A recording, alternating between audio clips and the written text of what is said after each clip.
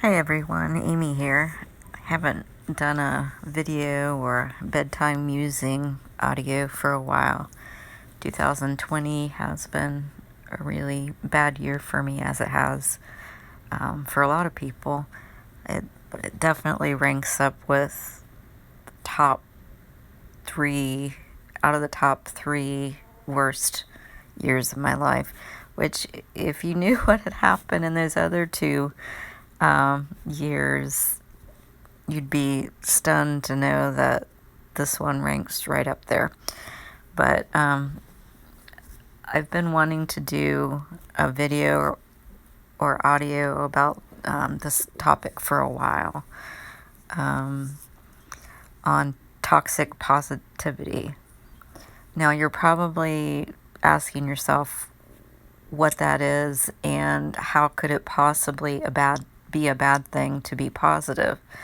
And I had never heard the term toxic positivity either, but I've been dealing with it a lot in the last, well, I guess I should say for a long time now. For years, living with a chronic illness and everything, and I get varied responses.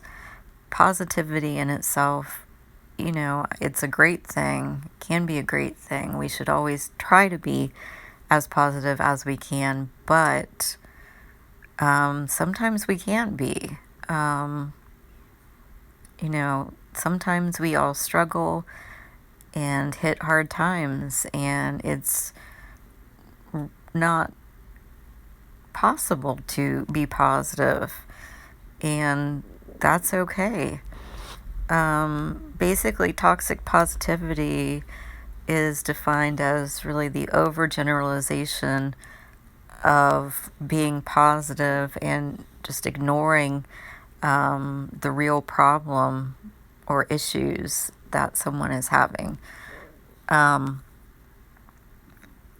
We live in a society where we're told, hey, it's okay to, sorry, this is totally not planned out or scripted. I'm just going off the cuff as usual. But we live in a society where we're told it's okay to admit that we're struggling, be it with clinical depression, anxiety, or anything. More and more people are opening up about their struggles with mental health issues, and certainly this year, 2020, has been a real challenge for a lot of people with the pandemic. People who are not used to being stuck inside, for instance. And even though I have been stuck inside for so many years because of my illness, it still gets to me, and it's actually something I've been really having a hard time with in this past year, especially just the loneliness of being stuck inside all of the time. I started social distancing back in December of last year, just trying to avoid getting the regular flu because of my autoimmune disorder. So then the pandemic came, and I've literally been stuck inside for 7 months now, almost 8 months, and people are literally committing suicide after being stuck inside for just a few months. So I don't know, I just thought people would be a little more sympathetic to my plight, more understanding. And I've really been struggling this year with a worsening of my physical symptoms, and that's really made my depression and anxiety flare. I've really been struggling and having some really dark days, despite trying to stay positive and whatnot. The fact is, thinking positive thoughts is not going to cure your clinical depression or anxiety. It just doesn't work that way. And I mean, you can think all of the happy thoughts you want, but that's not going to cure, like I said, clinical depression or anxiety. It's not going to make my physical symptoms go away. Now, surely, you know, if you're constantly negative and pessimistic, that can wreak havoc on your immune system, and it can play a part of your mental and physical health. But, you know, it's not going to cure you just by thinking happy thoughts. So we live in a society where, on one hand, we're told it's okay to admit we're struggling, but then when we do, we're told things like, oh, you're just being negative. It can't be that bad. There are other people who have it worse than you do. You're just focusing on your health too much. You're attention seeking. So imagine someone has finally gotten the courage to say, look, I'm really struggling. I'm in a bad place. To hear your issues be trivialized like that, and basically you're being scolded for being honest.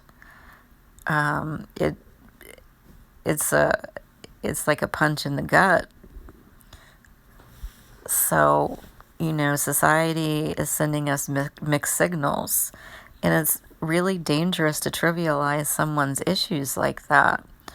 I can only imagine that some people who have committed suicide have tried to reach out for help, and they've been met with this toxic positivity and are told, well, you know, you're just being negative. Other people have it worse. And it breaks my heart to think that maybe these people are reaching out, and like I've been, they were scolded for being honest about their negative feelings. The truth is, life is not always unicorns, rainbows, and puppies. Life is hard. And there are going to be times when everybody struggles, you know, at some time or another. And that's okay. What's not okay is to have our feelings diminished or trivialized. Just glossing over them and saying, I'll just think more positive and don't be so negative. You're really just glossing over the issue, and instead of dealing with it and acknowledging it. And if you ignore it and don't acknowledge it, then you're going to have some real serious issues. You know, this is going to sound weird, but my outlook on life, or my dealing with life, got a lot better several years ago when I realized that sometimes things don't get better. I've been ill for most of my life. My chronic illness is probably not going to disappear or go away. And people, sometimes they mean well, but, you know, they'll say, well, things will get better. You know, this will pass. You know what? Sometimes things don't get better. Sometimes things get worse. And once I realized that, it started to make dealing with things a little easier, because I said, you know what? My situation may not get better. Probably isn't going to get better. It's going to get worse. But I just have to deal with and tolerate and make the best of, you know, my situation.